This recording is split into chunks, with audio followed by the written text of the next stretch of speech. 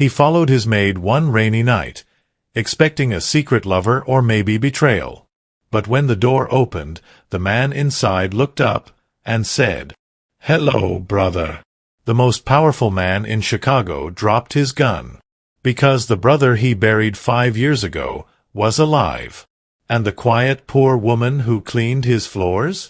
She hadn't been hiding from him. She had been protecting his family. If stories about love, sacrifice, and second chances touch your heart, consider subscribing. There's a new story here waiting for you every week. Silas Vane didn't believe in luck. He didn't believe in fate, miracles, or coincidences either. In his world, every surprise had a price, and every secret was a threat waiting to explode. At 34, Silas was one of the youngest and most feared crime bosses in Chicago. His name carried weight in boardrooms and back alleys alike. Wealth followed him. Power surrounded him. But peace? That had left his life 5 years ago, the night his younger brother Enzo died in a car explosion. Since then, Silas had built walls around his heart as high as the glass windows of his penthouse on the 45th floor. On a stormy Friday night, he stood by those windows, watching rain slide down the glass like the city itself was crying. Below him stretched a world of lights, traffic, and noise. Above him, silence. The kind of silence that comes with too much money and not enough family. Behind him, a woman moved quietly. Clara Mitchell. She had been working as his maid for 6 months. Poor background. No family in the city. No social media. No drama. She showed up, did her work, kept her head down, and left. Invisible. But Silas had learned something about power. Invisible people usually had the biggest stories. Clara was 26, but her eyes carried the weight of someone much older. Her brown hair was always tied back tight. No makeup. No jewelry. No complaints. She wore her uniform like armor. "Missed a spot," Silas said without turning around. In the reflection of the window, he saw her shoulders tighten. "I'm sorry, Mr. Vane," she replied softly, moving back to the shelf. Her voice always carried a quiet exhaustion, like life had taken more from her than it had given. Silas watched the reflection carefully. He watched everything. That habit had kept him alive. He checked his watch. 8:10 p.m. "It's Friday," he said casually. "Yes, sir." "You'll be done in 4 minutes." She paused. Just for a second. "Yes, sir." Every Friday. Same time. Same routine. At exactly 8:14 p.m., Clara finished her work, took the service elevator, skipped the staff bus, and walked alone to the train station. Rain, snow, wind. Didn't matter. Poor people usually chased overtime. Extra hours. Extra money. Clara ran from this place like she had somewhere more important to be. And that bothered Silas. "You're always in a hurry on Fridays," he said, stepping closer. The air between them grew heavy. Most people feared Silas openly. Clara feared him quietly. "I have personal obligations," she said. "Unless you need me to stay." There was strength in her voice. Not defiance. Just quiet dignity. Earlier that day, his head of security had handed him her background file. Clean. Too clean.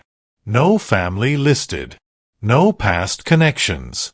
Previous job at a cleaning company that had gone bankrupt. Address in a poor neighborhood on the south side. People like that didn't have empty lives. They had hidden ones. "You can go," Silas said. Relief flashed across her face. "Thank you, sir." She placed the duster down and walked toward the elevator without looking back. Silas counted. 1, 2, 3, ping. The elevator doors closed. The silence returned. Then Silas moved. He walked to his desk, opened a drawer, and pulled out a matte black pistol. He tucked it under his jacket, grabbed his coat, and headed for the private elevator.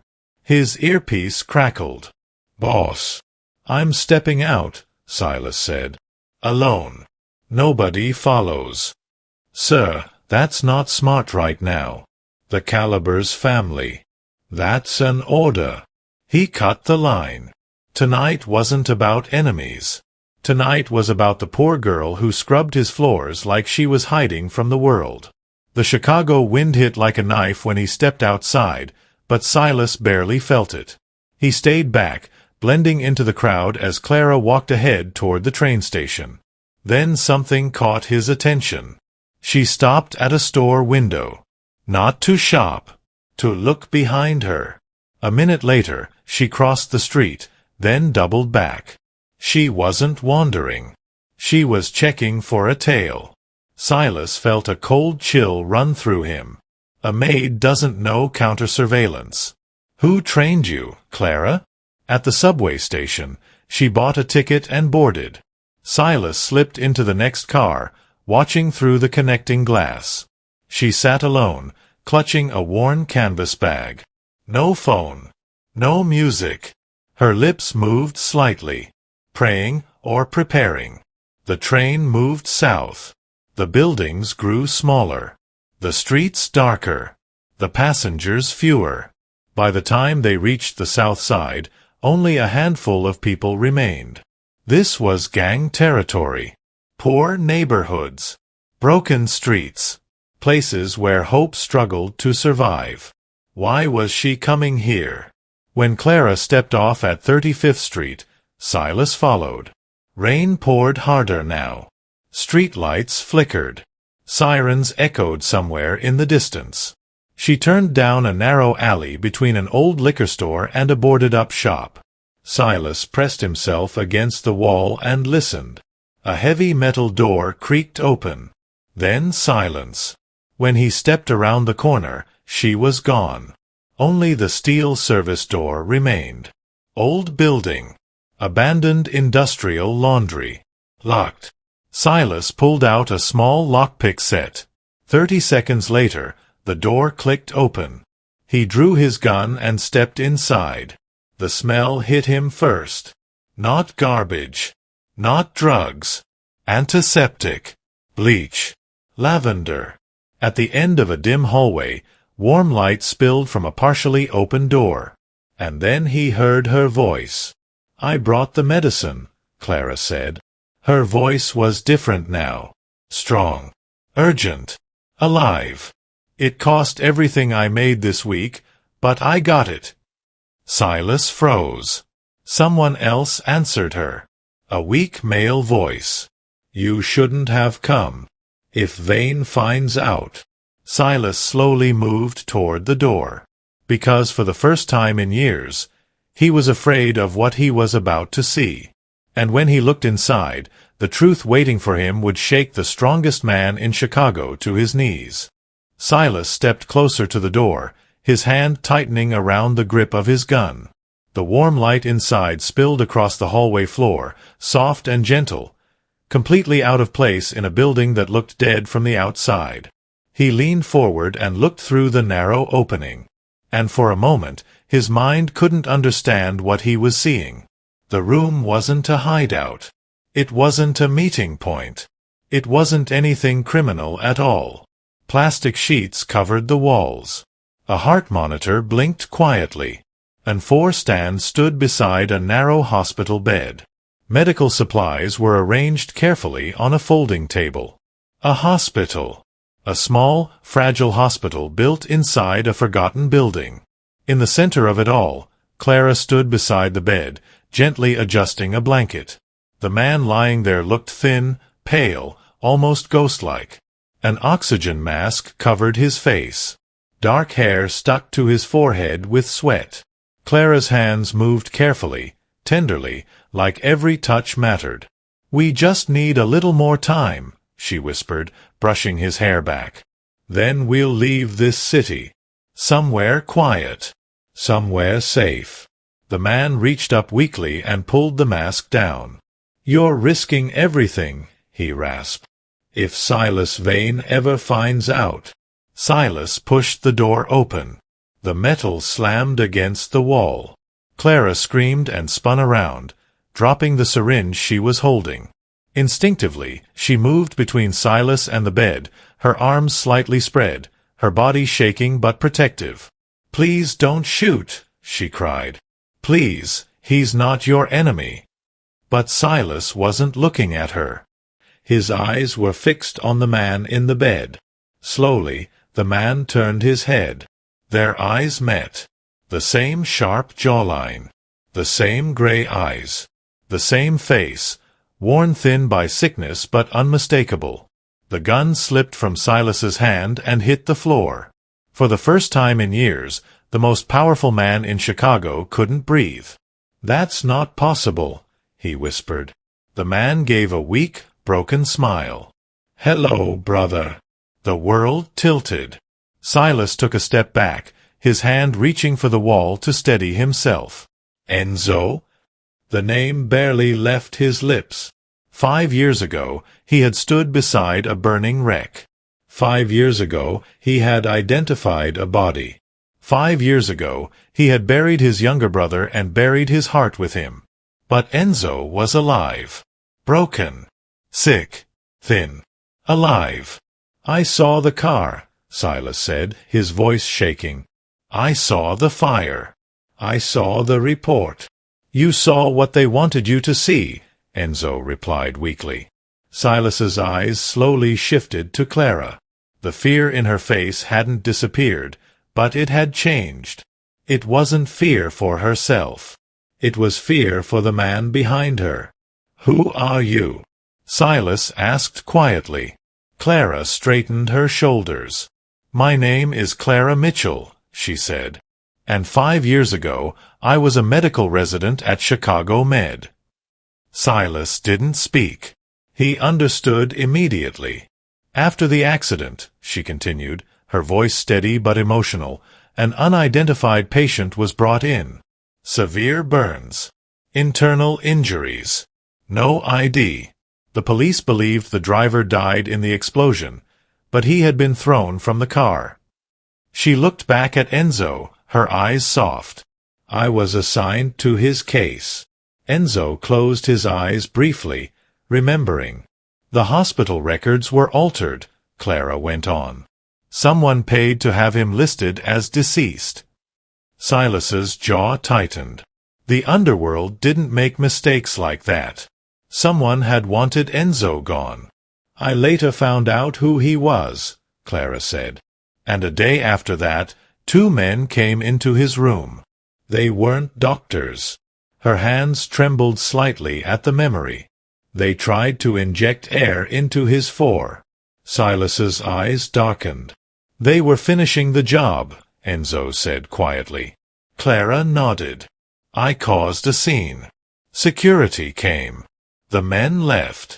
But I knew they would come back. And if he stayed in that hospital, he wouldn't survive the week." Silas stared at her. "So you took him." "I saved him," she corrected gently. Her voice wasn't defensive.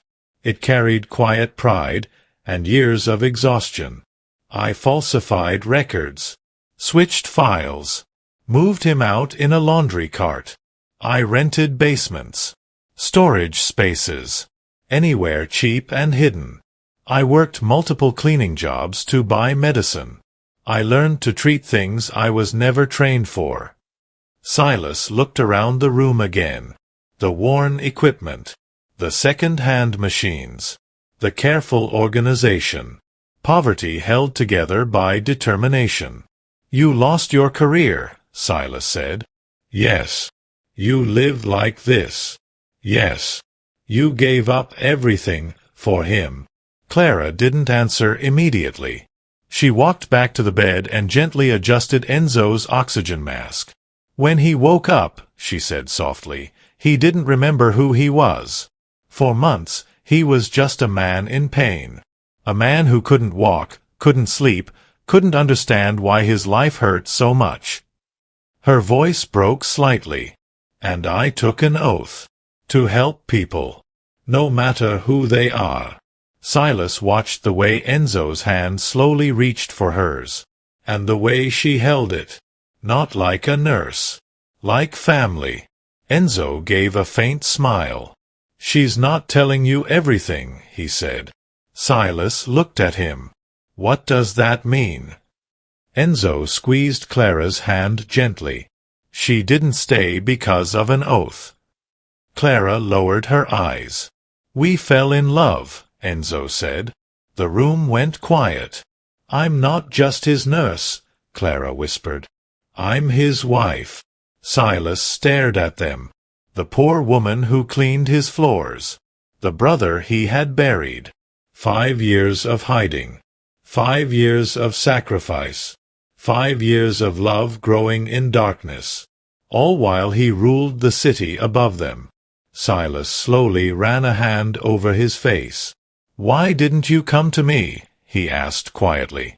"I would have protected you." Enzo's expression turned serious. "We didn't know who to trust," he said.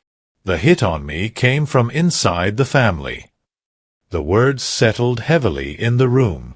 Silas felt something cold form in his chest. Betrayal. "And now?" he asked. Clara hesitated. Then she said the words that changed everything. "Now we're out of time." Silas looked at her. Enzo's breathing had grown heavier. The heart monitor beeped faster. "His kidneys are failing," Clara said. "The medicine I buy isn't enough anymore. He needs a transplant. He needs a real hospital." She met Silas's eyes. "That's why I took the job at your penthouse." Silas didn't move. "I needed to see the man you've become," she continued quietly. "I needed to know if you were still his brother, or just the monster the city talks about." Silas stepped closer. "And your diagnosis?" he asked. Clara's voice trembled, but she didn't look away. "You are a monster," she said softly. Then she added, "But you're a monster who still loves his family." Before Silas could answer, a violent explosion shook the hallway outside. The steel door at the end of the corridor burst inward. Smoke flooded the passage. Heavy boots thundered inside, and a voice shouted from the darkness, "Move in! Take them alive!" Silas didn't hesitate. The moment he heard the boots, something inside him snapped into place. The shock, the grief, the questions, all of it vanished, replaced by cold instinct. "They found us," Clara whispered, her voice barely audible. Silas moved fast, grabbing the heavy metal table and dragging it toward the door. "Who found us?" she asked. Silas's eyes were already calculating. "Not the police," he said quietly. "People who knew exactly where to come." The hallway filled with shouting. "Clear the rooms. Watch the corners." Enzo tried to sit up, but his body shook with weakness. "I can't move," he gasped. Silas turned to Clara. "How long can he stand?" "He can't," she said. "If he tries, he'll collapse." Another loud crash hit the barricaded door. The metal hinges screamed. Silas looked at his brother. 5 years. 5 years he thought he was dead. 5 years this poor woman had carried him through darkness, through fear, through hunger and danger. Silas made a decision. "I'll carry him." Clara stared at him. "You don't understand. He's fragile." "I understand," Silas said firmly. "And we're not leaving him behind." The door buckled again. Enzo looked at his brother, fear in his tired eyes. "Silas, if this is about the family, about the business." "This isn't business," Silas said quietly. He stepped forward and lifted Enzo carefully, supporting his back and legs. The weight shocked him. His brother felt almost weightless, like he had already begun disappearing. The door frame split. "Go," Silas said. Clara rushed to a corner and grabbed 2 large cleaning bottles from a supply shelf, industrial ammonia and bleach. Silas glanced at her. "What are you doing?" "Cover your face," she said. The door burst open just as she threw the bottles across the floor near the entrance. Glass shattered. The liquids mixed. A thick, white cloud hissed upward instantly. Chlorine gas. The first men through the doorway staggered back, coughing and choking. "Gas! Back up! Get masks!" Their formation broke. Their timing was gone. Clara pointed toward a rusted hatch in the floor. "The service chute. It drops to the lower level." Silas kicked it open. Darkness swallowed the opening. "You first," he told her. Clara slid down without hesitation. Silas tightened his hold on Enzo. "Hold on," he whispered. Then he stepped in and let gravity take them. They dropped hard, landing on a pile of old canvas bags. Pain shot through Silas's shoulder, but he kept Enzo's head protected the entire way. Above them, muffled gunfire echoed. They were already shooting into the room they had left behind. Clara helped Silas lift Enzo again. The basement was a maze of pipes, damp concrete, and shadows. Water dripped steadily from the ceiling. "We can't go up," Clara said. "They'll seal the exits." Enzo's voice came out weak but clear. "The storm drains," he whispered. "We mapped them, just in case." Silas nodded. They moved slowly, Clara supporting one side while Silas carried most of the weight. Every step felt heavier, not because of Enzo's body, but because of what he represented. Family. The one thing money couldn't replace. After several turns through the dark, they reached a rusted iron grate. Silas smashed the lock with the butt of his gun. Rain poured through the opening above. They climbed out into an alley 3 blocks away. The storm had turned the streets into rivers. Thunder rolled across the sky, loud enough to hide their movement. For the first time, Silas allowed himself to breathe. But not for long. Enzo's head dropped forward. His skin had turned pale gray. "He's crashing," Clara said, panic rising in her voice. "His blood pressure is falling. We need a hospital now." Silas scanned the street. "No hospitals." She stared at him. "What do you mean, no hospitals?" "He'll die." "They knew where the basement was," Silas said. "That means they have access to surveillance, records, maybe even police channels. If we walk into a hospital, they'll finish the job." Thunder cracked overhead. Clara looked down at Enzo, her hands shaking as she tried to keep pressure on his arm. "Then he dies out here," she said, her voice breaking. Silas's jaw tightened. "No," he said. "I know a place." He pulled out a small burner phone and dialed. When the call connected, his voice became calm and controlled. "Prepare the surgical room," he said. "And call the vet." He hung up. Clara looked at him. "The vet." "It's safe," Silas replied. Minutes later, he stole an unattended delivery car from the alley, sliding behind the wheel while Clara climbed into the back with Enzo. The drive through the storm felt endless. Water splashed across the windshield. Sirens echoed somewhere behind them. Every red light felt like a risk. In the rearview mirror, Silas kept checking for headlights that stayed too long. No tail. Not yet. They arrived at a small veterinary clinic in a quiet neighborhood. The lights were already on. Inside, the air smelled of antiseptic and wet fur. An older man waited beside a steel operating table. Clara didn't hesitate. The moment Enzo was placed down, she moved like a different person. Calm, focused, commanding.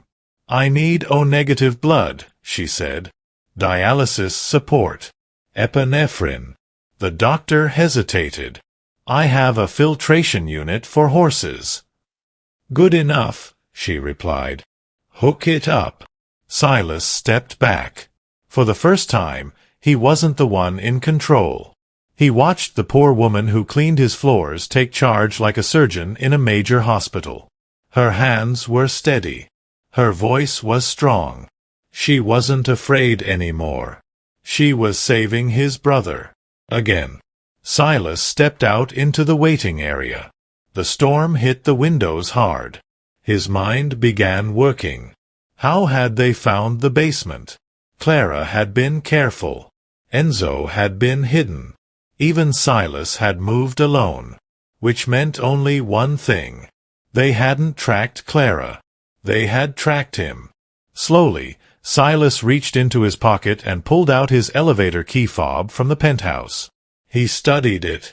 Then, with his knife, he cracked the casing open. Inside, buried in the plastic, a micro-tracker, small as a grain of rice. Silas didn't react right away. He just stared at it. Only 3 people had access to his private keys. 3 people he trusted. 3 people inside his inner circle. Someone close to him hadn't just betrayed him tonight. They had been watching him. For years. Silas stood alone in the dim waiting area, the tiny tracker resting in his palm. Rain pressed against the windows like the whole city was leaning in to listen. For a long moment, he didn't move. Betrayal always hurt. But betrayal from inside, that was something deeper.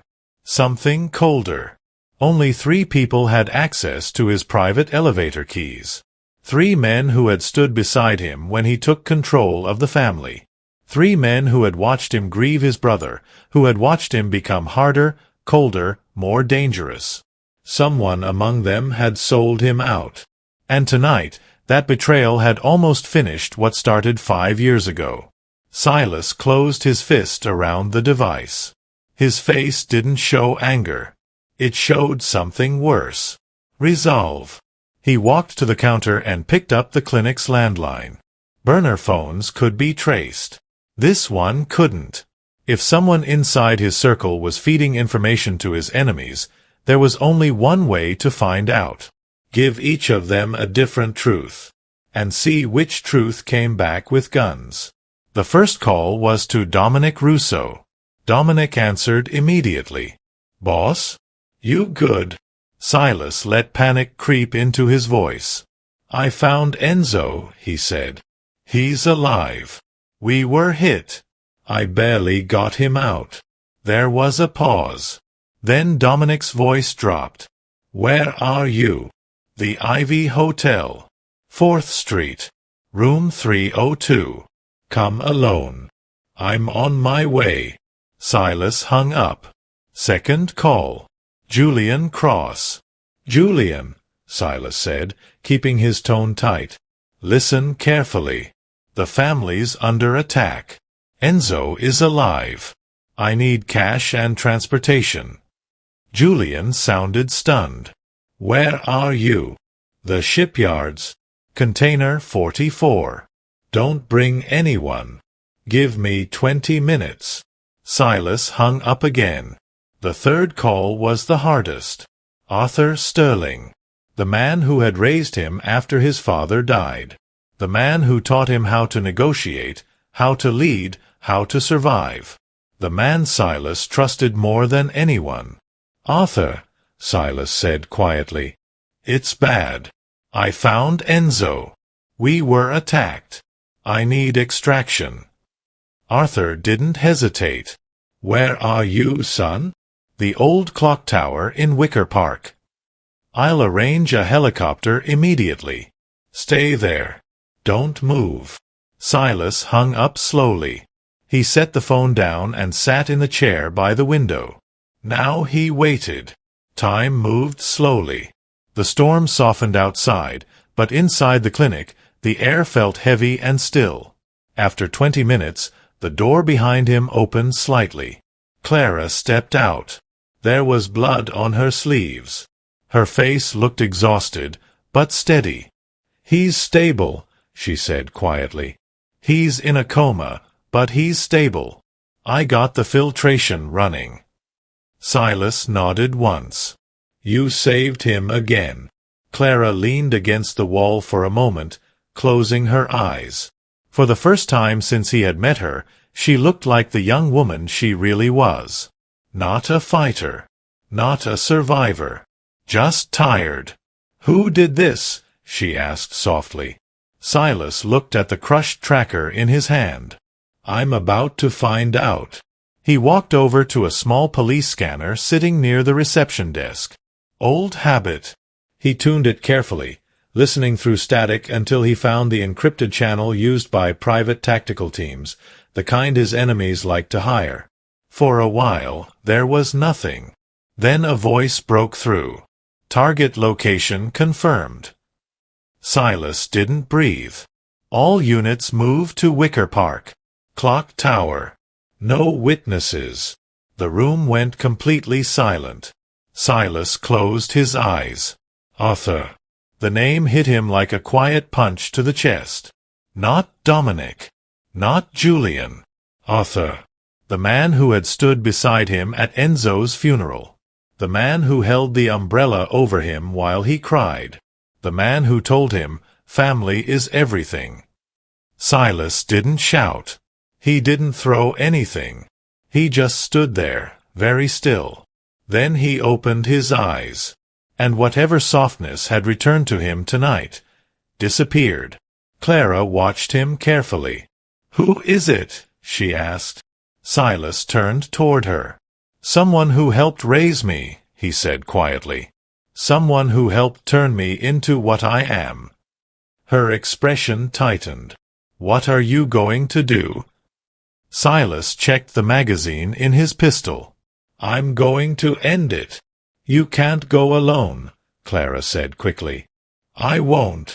He pulled out his phone and called Dominic again. "Change of plans," Silas said. "The hotel was a test. You passed. Meet me at the clock tower.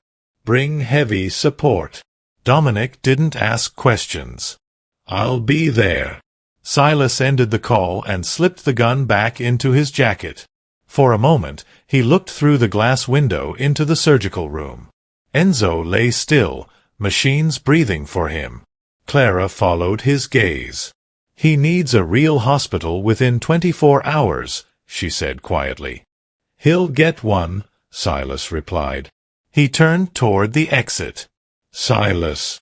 He stopped. Clara's voice was softer now.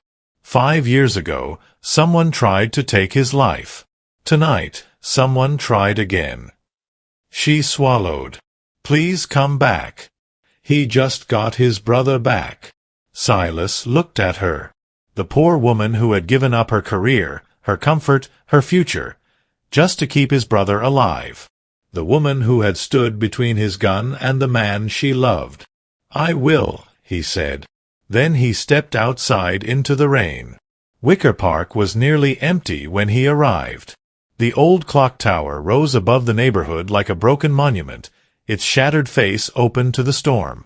Inside, the structure groaned with every gust of wind. Silas climbed the spiral stairs alone. At the top, he dragged a rusted metal chair into the center of the room and sat down. He didn't hide. He didn't take cover. He waited. The storm howled through the broken clock face. Rain blew across the floor, turning the concrete slick and shining. For a moment, memories came back. Standing at his father's grave. Arthur's hand on his shoulder. "The world is going to try to eat you alive, son," Arthur had said. "My job is to make sure you grow sharper teeth." Footsteps echoed from the staircase below. Heavy. Measured. Not rushed. Silas opened his eyes. The man who had taught him how to survive was finally coming to finish him. The footsteps grew louder as they climbed the spiral stairs. Slow. Confident. Unafraid. Silas didn't reach for his gun. He sat still in the rusted chair, rain blowing through the broken clock face behind him, soaking his coat, dripping from his hair. If Arthur had come to kill him, then Arthur needed to see his face. The stairwell door opened. Arthur Sterling stepped out first. Even in a ruined tower, in the middle of a storm, he looked composed. His silver hair was neatly brushed back. His dark overcoat was perfectly fitted. His gloves were clean, his posture straight. He didn't look like a man who ordered murders. He looked like a respected lawyer, a grandfather, a man who gave speeches at charity events. But the 6 men who followed him told the real story. Black tactical gear, suppressed rifles, professional, quiet. They spread out immediately, laser sights cutting through the dim light, red dots crawling across Silas's chest. Arthur stopped about 10 feet away. For a moment, he just looked at him. Then he sighed. "Silas," he said calmly, "I told you to wait for the helicopter." Silas didn't move. "The helicopter isn't coming," he replied. Arthur studied him carefully. Something in Silas's calm seemed to bother him. "You look tired," Arthur said. "Tonight has been emotional for you. Finding Enzo alive. That would shake anyone." The way he said Enzo's name made Silas's jaw tighten. "Safety," Arthur continued gently. "That's what you need right now. You shouldn't be sitting in a condemned building like this." "Safety," Silas repeated quietly. He reached into his pocket. The mercenaries tightened their grip on their rifles. Silas slowly pulled out the broken key fob and tossed it onto the wet concrete between them. Arthur looked down. The moment stretched, and then the warmth left his face. Not gradually. Completely. His shoulders straightened. His expression hardened. The kind old mentor disappeared, and the man underneath stepped forward. "I told the tech team that tracker was too obvious," Arthur muttered. "Sloppy work." Silas stood up slowly. "You've been tracking me for 3 years," he said. Arthur clasped his hands behind his back. "A king needs guidance," he replied. "And sometimes a leash." The wind howled through the tower. Silas felt something inside his chest twist. Not anger. Not yet. Disappointment. "You sold him," Silas said quietly. 5 years ago. You sold Enzo." Arthur didn't deny it. "In this business, you make decisions," he said. "Difficult ones. He was your family. He was a liability."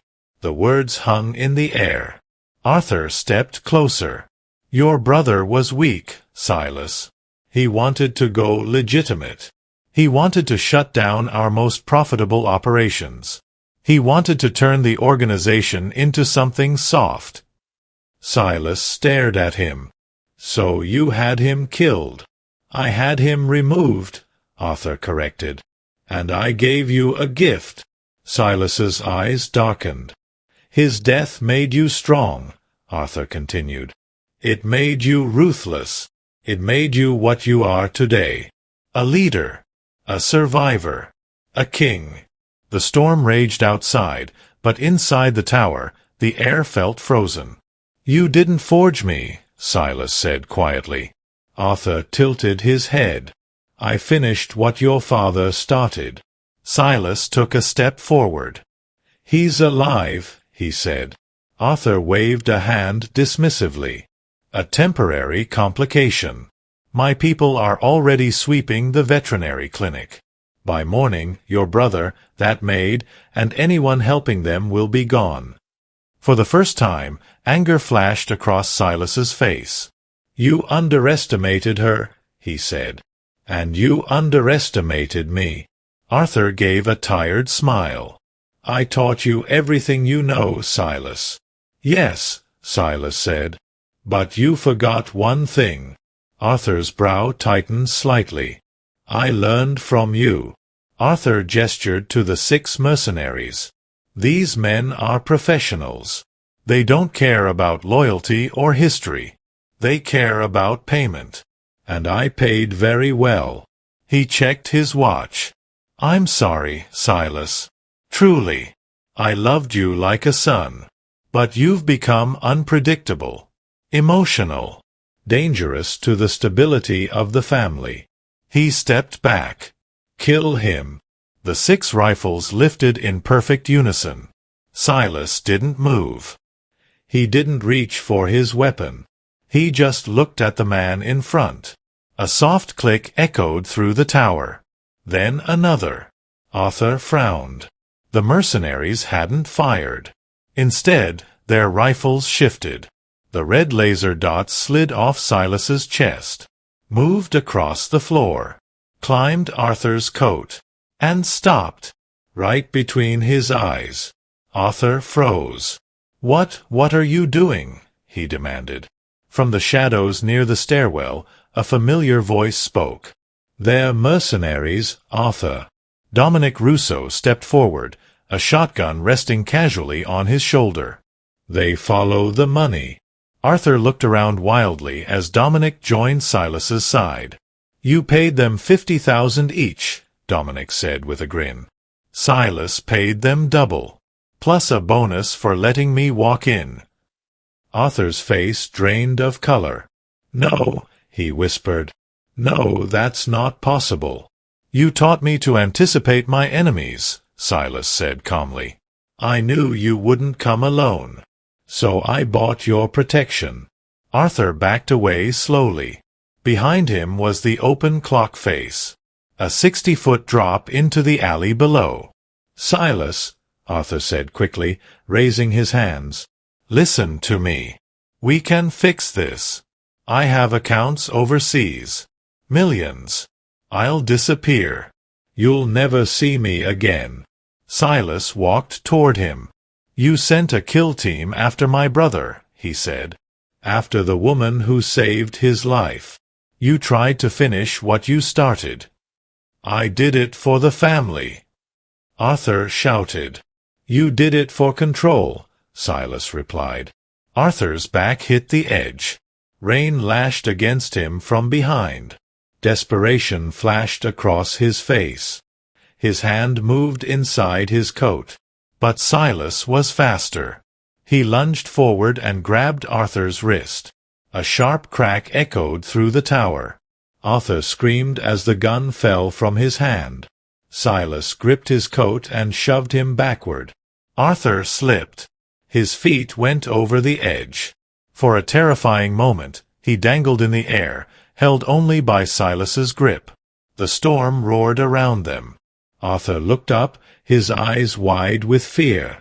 "Silas, please," he begged. "I raised you. I'm your father." Silas looked down at him. Rain ran down both their faces. "My father died years ago," Silas said quietly. Arthur's fingers slipped, and Silas loosened his grip. Arthur fell into the darkness. Silas didn't look down. He turned away from the edge, breathing slowly, feeling something heavy finally lift from his chest. Behind him, Dominic spoke softly. "Boss, clinic's calling." Silas turned. "They found something," Dominic said. Silas took the phone, and as he brought it to his ear, the calm he had just found began to disappear again. Silas pressed the phone to his ear, turning slightly away from the open edge of the tower. The wind was still roaring, but the silence inside him had already broken. "Yes," he said. Clara's voice came through, tight but controlled. "His blood pressure is dropping again." Silas closed his eyes. "The filtration isn't enough," she continued. "His kidneys are shutting down completely. We're running out of time." "How long?" Silas asked. There was a pause. "Hours," she said quietly. "Maybe less." For a moment, the storm around him disappeared. Arthur was gone.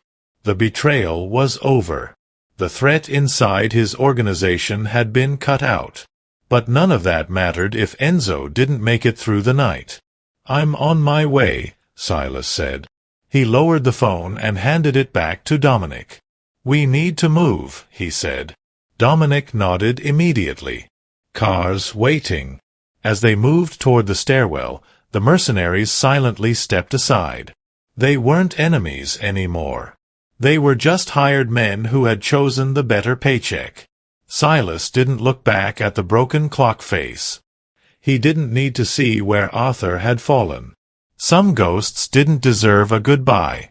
The drive through the wet streets felt longer than it should have. Every red light felt like a threat. Every slow driver felt like an obstacle between life and death. Silas sat forward in the seat, his hands tight against his knees. For years, he had controlled everything. Money, territory, people, outcomes. But this was different. This was family. And money couldn't buy time. When they reached the clinic, Silas didn't wait for the car to fully stop. He stepped out and walked fast toward the door. Inside, the air felt heavy. Too quiet. Clara stood beside the operating table, her hands pressed against Enzo's chest as she checked the monitors again and again, like she could will the numbers to improve. Her eyes lifted when Silas entered. There was fear in them. Real fear. "He's crashing," she said. "His body isn't clearing toxins anymore. His heart's struggling." Silas stepped closer to the table. Enzo looked smaller than before. His skin pale, almost gray. His breathing shallow and uneven. 5 years ago, Silas had stood beside a grave thinking this man was gone forever. Now he was here again. And he might lose him a second time. "What do you need?" Silas asked. Clara swallowed. "A transplant," she said. "Immediately. Not tomorrow. Not this week. Tonight." Silas looked at her. "Then find one." "It's not that simple," she said. "We need a match. We need surgical support. We need a sterile environment. This clinic isn't enough." Dominic stepped closer. "We can move him." "No hospitals," Silas said immediately. Clara shook her head. "If we don't take him to a real surgical facility, he won't survive the procedure." Silas stood there, silent. This was the line. The world he controlled, and the world he couldn't. Clara's voice softened. "There's another option." Silas looked at her. "Family donors," she said. "Siblings have the highest chance of compatibility." The room went quiet. Dominic slowly turned toward Silas. Clara didn't say anything else. She didn't need to. Silas stepped closer to the table. He looked down at his brother's face. Memories came back without warning. 2 boys running through their father's restaurant kitchen. Enzo laughing when Silas burned his first meal. The night Enzo begged him not to join the business. The funeral. The empty grave. 5 years of silence. Silas spoke quietly. "Test me." Clara stared at him. "Silas, you don't even know if you're compatible." "Then find out." "It's major surgery," she said. "You'll lose kidney function. Recovery will take months. You won't be able to work like you do now." Silas didn't hesitate. He gave up 5 years of his life because someone tried to kill him, he said. She gave up her entire life to keep him alive. He looked at Clara. "I can give 1 kidney." The room fell silent. Clara stepped closer to him. "You understand what this means?" she asked softly. "You're the head of a powerful organization. If anything happens during surgery—" "If I don't do this," Silas said quietly, "he dies tonight." Clara held his gaze. For the first time since she had met him, she didn't see a crime boss. She saw a brother. "I'll run the tests," she said. The next hour moved slowly. Blood samples. Equipment adjustments. Emergency sterilization procedures. Dominic making calls to secure the building and bring in additional medical support. Silas sat in a chair against the wall, his sleeves rolled up, watching every second. For the first time in years, he wasn't thinking about territory. He was thinking about a promise he never said out loud. "I won't lose you again." Clara walked back into the room, holding the test results. Her hands were steady, but her eyes were wet. "You're a match," she said. Silas stood up. "When do we start?" Clara took a slow breath. "Right now." The room shifted into motion. Lights brightened. Equipment rolled into place. Surgical trays prepared. Dominic stepped closer to Silas. "Boss, you don't have to do this." Silas looked at him. "Yes," he said quietly. "I do." Clara approached him, her voice softer now. "There's something else you should know," she said. Silas waited. "This surgery will save his life," she continued. "But recovery will be long. He won't be able to return to your world." "Not the way things are." Silas nodded. "He won't need to." Clara studied his face. "And you?" she asked. Silas didn't answer right away. His eyes moved to Enzo, then back to her. "Someone has to stay in the dark," he said quietly, "so he can live in the light." Clara looked at him for a long moment. Then she nodded. "Let's bring your brother back."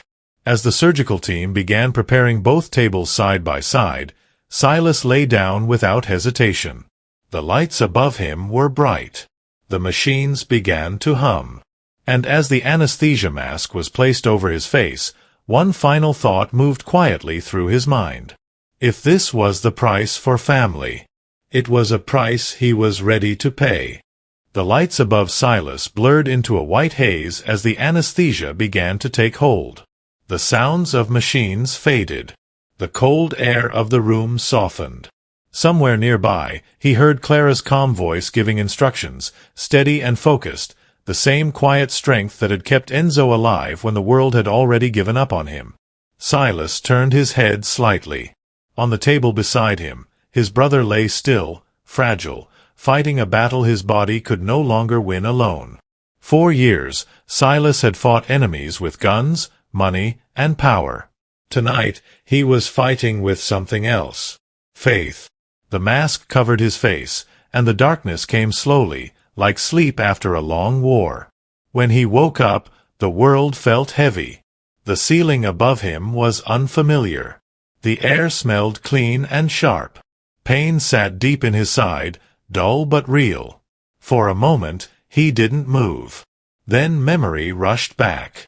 The surgery. Enzo! Silas forced himself to turn his head. Across the room, another bed stood near the window. Clara was sitting beside it. Her shoulders were relaxed. Her hand rested gently over someone else's. When she noticed Silas was awake, she stood quickly and walked toward him. Her eyes were red, but she was smiling. "It worked," she said softly. Silas closed his eyes for a moment, and the breath he let out felt like it had been trapped inside him for 5 years. "Is he?" he asked. "He's stable," Clara said. "The kidney is functioning. His body is responding." Silas looked past her toward the other bed. Enzo's color had already changed. There was life in his face again, faint but real. The machines beside him moved in steady rhythm instead of desperate alarms. For the first time since the night of the accident, his brother looked like he might stay. Silas swallowed slowly. "Good," he said. Clara studied him for a moment. "You saved him," she said. Silas shook his head slightly. "You did that," he replied. "I just caught up." Clara's expression softened, but there was something else in her eyes now. Respect. Understanding.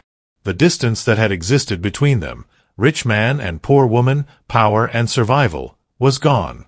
Now they were just two people who loved the same man. Recovery took time.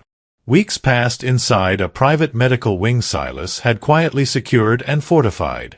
Officially, the floor was closed for renovations. In reality, it became the safest place in the city. Silas walked slowly down the hallway one morning, still moving carefully, his strength returning little by little. The door to Enzo's room was open. Inside, sunlight filled the space. Enzo was sitting upright, thinner than before but stronger, color finally back in his face. Clara stood beside him, adjusting a chart while quietly reminding him about medication schedules like she had done 100 times before. They looked normal, like a husband and wife planning a future. For a moment, Silas stayed at the doorway without speaking. 5 years ago, he had buried his brother and replaced his heart with steel. Now he was watching him come back to life. Enzo looked up first. "You're supposed to be resting," he said. Silas walked inside. "I own the building," he replied quietly. "I rest where I want." Clara rolled her eyes, but there was a small smile on her face. They sat together for a while without speaking. Then Enzo's expression turned serious. "Dominic told me what's happening outside," he said. "The other families think you're weak right now." Silas leaned back in the chair. "Let them think that." Enzo studied him. "You don't have to keep doing this," he said. "You saved me. You gave me another life. You could walk away too." Clara looked at Silas carefully, waiting. Silas stood and walked to the window. The city stretched out below. The same city that had taken his childhood, his peace, his innocence. But it had also given him something. A reason. "If I walk away," he said quietly, "they come looking for you. For her. For anyone they think they can use against me." He turned back toward them. "The only way you stay safe is if I stay here." Clara's eyes filled with quiet understanding. Enzo shook his head slowly. "You're choosing the darkness." Silas nodded. "Yes." There was a long silence. Then Silas walked to the bedside table and placed a thick envelope there. "What's that?" Enzo asked. "Your way out." Inside were new passports. Accounts already funded. Property documents for a secured estate in northern Italy. Private, protected, far from everything that had almost killed them. Clara covered her mouth as she read. "Silas, this is too much." Silas shook his head. "You lived in basements and abandoned buildings for 5 years, he said gently. You gave up your career, your comfort, your life, to keep him breathing. He looked at her with quiet sincerity. You didn't just save my brother. You gave me my family back. Enzo's voice came out rough. You're not coming with us. Silas smiled faintly. Someone has to hold the line. Enzo looked at him for a long time. You know what this makes you? He asked. Silas waited. It makes you the man I always believed you could be. Silas looked away toward the window again. Because the truth was simple. Power had never saved him. Money had never healed him. Fear had never protected what mattered. But love had. Sacrifice had. And for the first time in years, Silas understood something clearly. The most powerful man in the city wasn't the one people feared. It was the one who had something worth protecting. Weeks later, a private jet lifted into the early morning sky, carrying Enzo and Clara toward a quiet life far away. Silas stood on the runway until the plane disappeared into the clouds. Dominic stepped beside him. You did the right thing, he said. Silas nodded slowly. For the first time in a long time, the weight on his chest felt lighter. Because even though he was walking back into the shadows, the people he loved were finally living in the light. And sometimes, love doesn't save you from the darkness. Sometimes, it gives you a reason to stand inside it. If this story touched your heart, consider subscribing for more stories like this, and let me know in the comments which region you're watching from.